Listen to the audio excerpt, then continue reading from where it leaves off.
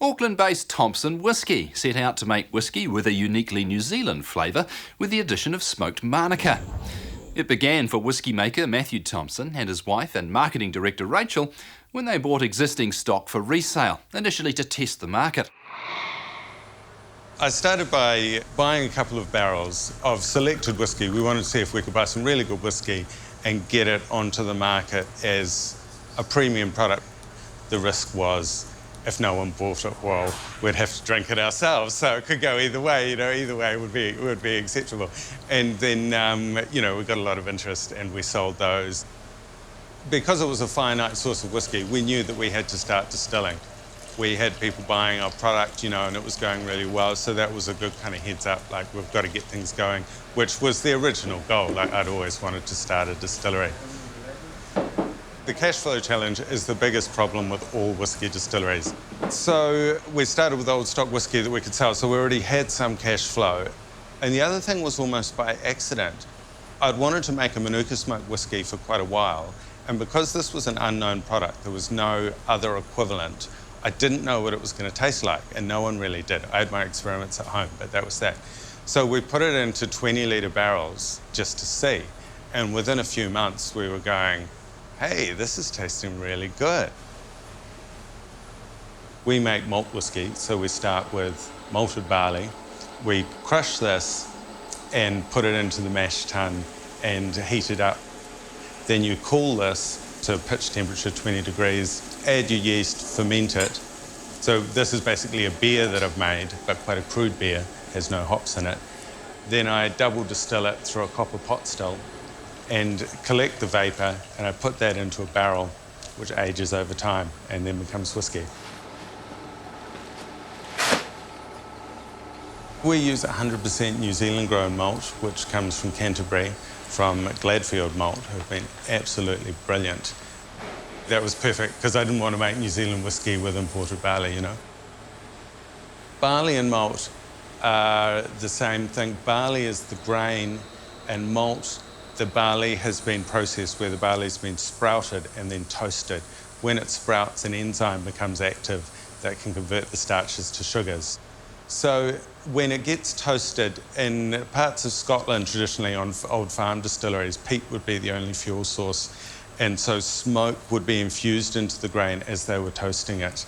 The maltsters in Canterbury, Gladfield, built a smoking facility that they could smoke the malt in the same way.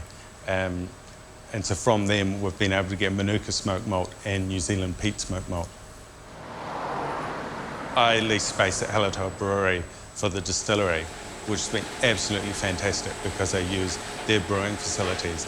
Plus, there's a whole lot of brewing knowledge that goes past the scope of distilling knowledge. This is my hand-beaten copper pot still that I'm very proud of. The copper acts to take sulphurs out of the spirit, actually, and it's an important part in single malt whisky production. We imported this from Europe, and it's actually a brandy still, but when I got it here, I altered it. This was a kind of onion shape, and I really wanted a Scotch-style still, so I had this cone formed, and I actually beat out the elbow at the top there. I studied sculpture, and so I couldn't find a coppersmith, and so we did that. So these are 20-litre barrels, and this has meant that I could release Manuka Smoke Progress Report early. The greater the surface to liquid ratio, the faster the whisky is going to age. Obviously, it's a lot more expensive to do it this way. We're getting 14% losses to the angel share in a year with these, whereas in Scotland it would be 2.5%. The angel share is the whisky that's lost to evaporation. That's an important part of the maturation, leaving you with a softer, more viscous spirit, a bit like reducing a syrup on the stove. It's coming out through the cask. As it evaporates, you're creating a vacuum inside, and it's sucking oak flavour back into the liquid. And it's a seasonal thing. Summer and winter, you're getting a change in the pressure inside. So the barrel really does something.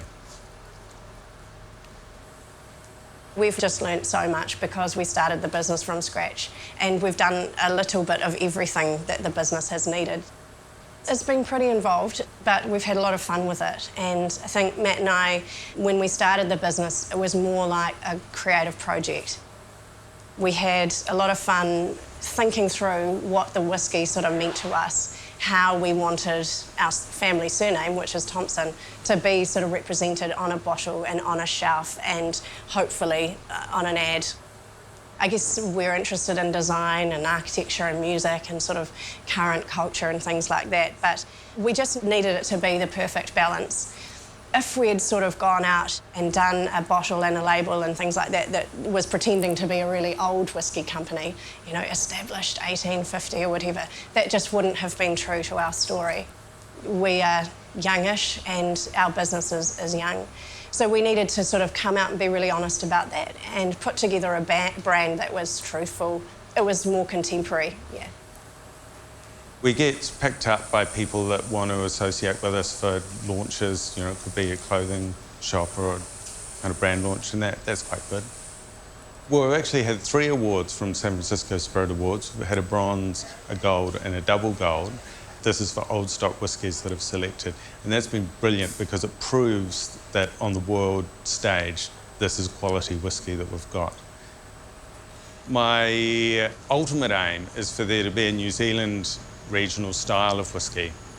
I don't want to have an imitation Scotch. I don't want to wait 10 years and then people go, oh, it tastes a bit like Scotch. I want there to be just a style that people go, oh, that's New Zealand whisky, it tastes like this for this reason, they've got local barley and blah, blah. And so with that, there's a couple of other distilleries starting at the moment, actually, and we need a few distilleries to get on board and start making their whisky for a style to come about.